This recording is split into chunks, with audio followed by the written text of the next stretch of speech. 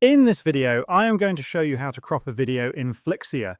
When you first select a video and try to resize it by dragging from the corners or edges, you may notice that the video is only being squeezed or stretched instead of actually being cropped. This happens because resizing changes the scale of the video, not the visible area.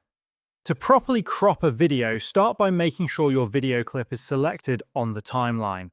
Once selected, go to the right-hand side menu and scroll down until you find the crop section. Click on it to expand the options. Here, you will see two different crop shapes that you can work with. The first option allows you to crop your video into a circular shape. When using this option, you can adjust the circular radius to control how much of the video is visible. You can also reposition the video by moving it left, right, up, or down until the framing looks correct.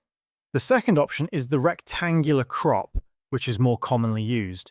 After selecting this option, you will see sliders that let you crop the video from different sides. Moving the left slider to the right will crop the video from the left side, while moving the right slider to the left will crop it from the right side. In the same way, you can crop the video from the top or bottom using the respective controls. One important thing to check before exporting is the presence of black bars. If your aspect ratio does not match your video, black spaces may appear on the sides or edges.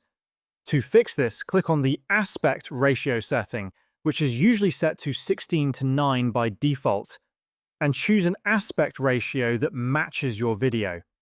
As you hover over different ratios, you will see a live preview showing how the video will fit. After selecting the correct aspect ratio, make sure the video fully fills the frame without any black bars. Once everything looks correct, your video is ready to be exported in its cropped version, and this is how you can crop a video in Flixier.